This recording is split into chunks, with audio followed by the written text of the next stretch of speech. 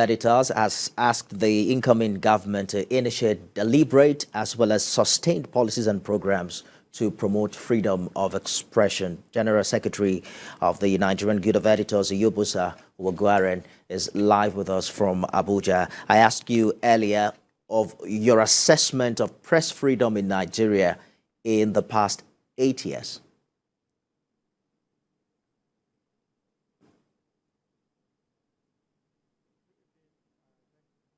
For having me. This year theme of the World Press Freedom Day is anchored on the fact that freedom of expression, free media, and access to information are the drivers of other human rights.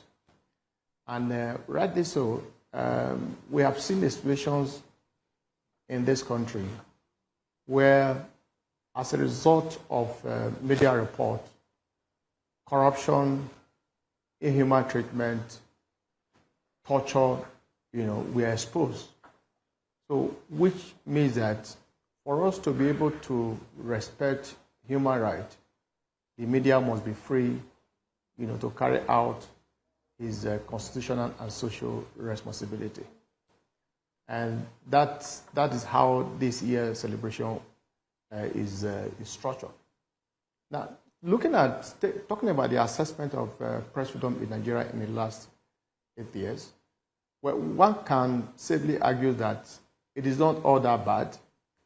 But on a more serious note, there has been some conscious effort by some lawmakers at the National Assembly in collaboration with some executive officials, to criminalize journalism practice in Nigeria. We have seen a situation where several bills were initiated at the National Assembly or in an attempt to contain press freedom and access to information. Of course, such moves were resisted by the NPO, which comprises Nigerian Guild of Editors, Newspaper Proprietors Association of Nigeria, NUJ, and other pro-media rights group. That is not to say that all is well with Nigerian media space. We still have some challenges. We have seen a situation where some journalists who were involved in their legitimate editorial assignment were attacked either by the security agencies or by talks.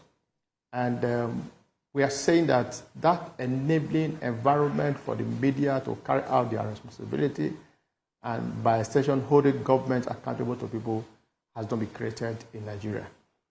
A recent event that happened in Kwara State, where 2 journalists who were involved in investigative journalism were dragged to an inferior magistrate court, and at the end of the day, they were convicted for exposing bad behavior in one company in Ilori, Kwara State.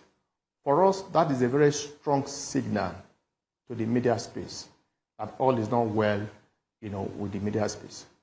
And you also know, in the last few years, the Nigerian Broadcasting Commission, the NBC, the regulatory agencies of the broadcast industry, has behaved as if they have a mandate to destroy broadcast stations in Nigeria. A situation where the NBC is the complainer, is the investigator, and is the judge on issues that have to do with alleged breach of code of conduct, for us is unacceptable. And we've seen a situation where several television and radio stations were found, for alleged breach of broadcast code. For us, that is unacceptable, and we intend to engage the incoming government about the need for us to review the NBC Act and the broadcast code of conduct. If you remember, the NBC... Quickly, Dr. Iyabosa, because of our time, the president in his speech seemed to have drawn a line between press freedom and what he calls the need for people to work for patriotism and national cohesion. Are there limits of press freedom in such a way that prioritize patriotism and national unity? And have you noticed any significant threat in journalism practice in Nigeria in recent times? The truth of the matter is that the government is not in a position to define patriotism to the Nigerian media. We have a constitutional responsibility. Under Section 22 of the 1999 Constitution, the media is mandated to hold government accountable to the people. The same people we are supposed to hold accountable cannot turn around to determine how we should practice our journalism. Just like the way the media would also tell the executive or the legislative of the government on how to carry out their responsibility. So the media should be allowed to carry out their work, and we believe that the media also have a role to play in deepening our democratic space. You know, the truth of the matter is that the oxygen for democracies is in the media. If you kill the media, you are killing democracies. So the media should be allowed to operate in line with these constitutional provisions. But that is not to say that we don't have shortcomings within the media. And that was what informed the setting up of the National Media Complaint Commission recently, otherwise known as Ombudsman.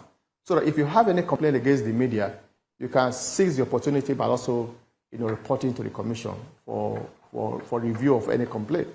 But for the government to now begin to determine what we should do and what we should not do, for us is unacceptable. But for your contribution, Dr. Iyabosa Uwugiaren, General Secretary, Nigerian Guild of Editors, live for us in Abuja.